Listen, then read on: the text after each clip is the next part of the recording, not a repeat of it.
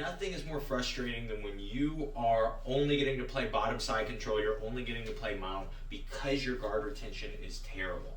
There are 3 rules that I look at that make guard retention a lot easier to understand, and it makes it to where you can start to get reps of actually staying in your guard and actually having some offense to your guard. And so here are the things that I kind of look at when it comes to kind of guard retention. So the first thing is if he can get past my feet, okay? So if Jeff gets past my feet, this means that my feet can no longer frame him, right? Maybe he steps around even. Yeah, my feet, again, they can no longer frame him by just extending. I really need to pummel my legs or something. So your first bit of drilling when it comes to guard retention is learning how to kind of get back when somebody gets past your feet. So when he starts to get past my feet, what will tend to be my next move is I will frame with my hands. And how I know I can frame is if my arms can fully extend. Because if my arms can fully extend, I don't have to be very flexible to bring my foot in to that space, right?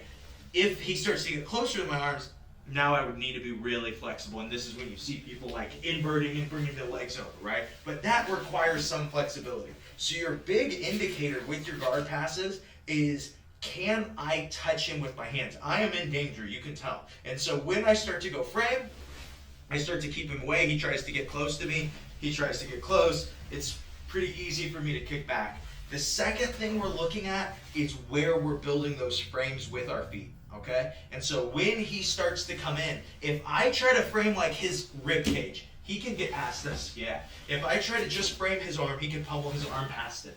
But if I go to his shoulder, he goes to it, I can catch the other shoulder, and I can start to come back, okay? So when I'm framing, I'm thinking about hips or shoulders. Thinking about framing his big joints. So now when he tries to come to me, I can even keep him a little bit on the inside and just keep him at the end of my feet, so then I can start to go grips and start to attack, right?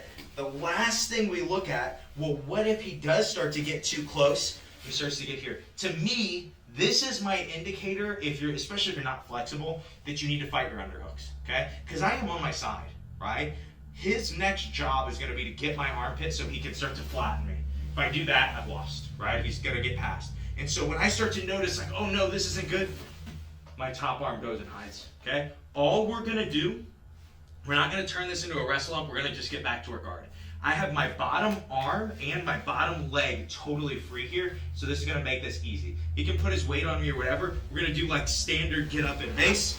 I get up to my elbow, I get up to my knee. I make sure to not turn all the way because that'll give him my back. My hand stays up, and then we can fall back into a guard. Okay? So that is how we're looking at our 3 stages. All together, if he starts to give me some energy, I'm trying to keep him here, I'm trying to keep him here. Maybe he starts to get too close. We frame. I'm framing, oh no, no, no. And then I'm up, and we're back into our guard. Okay? And so that is how you're looking, especially if you're inflexible, at retaining guard.